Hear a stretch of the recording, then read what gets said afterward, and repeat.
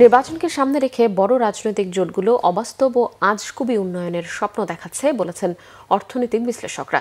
তারা বলছেন, শেখ হাসিনার রেখে যাওয়া পুঞ্জীভূত বিদেশি ঋণ দেশের জন্য বড় বোঝা। জিয়াউল হক সবুজের রিপোর্ট। চলতি অর্থ বছরের শেষ নাগাদ বাংলাদেশে দেশি বিদেশি ঋণ দাঁড়াবে 24 লাখ কোটি টাকা। এর মধ্যে বিদেশি ঋণের অংশই ছাড়িয়েছে 10 লাখ কোটি। এই ঋণ পরিশোধে সরকারের আয়ের 4 টাকার অন্তত 1 টাকা গুনতে হচ্ছে ঋণ পরিশোধে। ভয়েস ফর রিফর্ম ও ব্রেইনের এই আলোচনায় বিশ্লেষকরা বলেন, শেখ হাসিনার সরকারের সময় ইচ্ছামাফিক ব্যয় চাপিয়ে দেয় শেষ 4 বছরে বিদেশি ঋণ বেড়েছে 250%। অন্তর্বর্তী সরকারের সময়ে অর্থনীতি আইসিইউ থেকে বের করে কেবিনে আনা সম্ভব হলেও সংকট কাটেনি। এটা জেনেও সম্পূর্ণ অবাস্তব স্বপ্ন দেখাচ্ছে বিভিন্ন রাজনৈতিক জোট। একটা প্রধান জোট আর কি তাদের কিছু ইকোনমিক পরিকল্পনা প্রকাশ করেছে।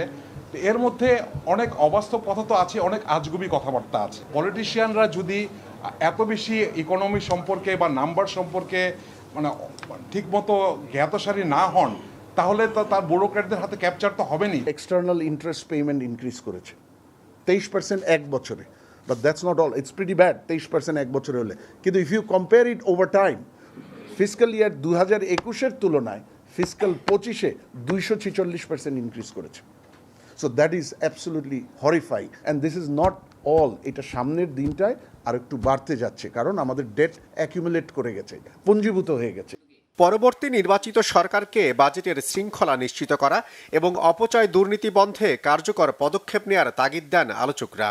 যারা এই ধরনের কাজ করেন তারা আসলে উল্লেখ করেন না যে বিনিয়োগটা কিভাবে বাড়বে, বিদেশি বিনিয়োগটা কিভাবে হবে, আপনার হচ্ছে যে আপনার ভোগটা বাড়বে কিভাবে, এত মানুষ দরিদ্র সীমার নিচে যাচ্ছে তাকে আপনি কিভাবে নিয়ে আসবেন।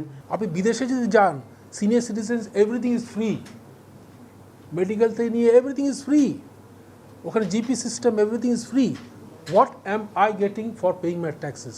এই জন্য ইনভেশন কালচারটা বেশি। আমি যদি আজকে বুঝতে পারতাম যে ট্যাক্স দিয়ে কিছু বেনিফিট পাবো, অনেককে স্বপ্রণোদিত হয়ে ট্যাক্সটা দিত।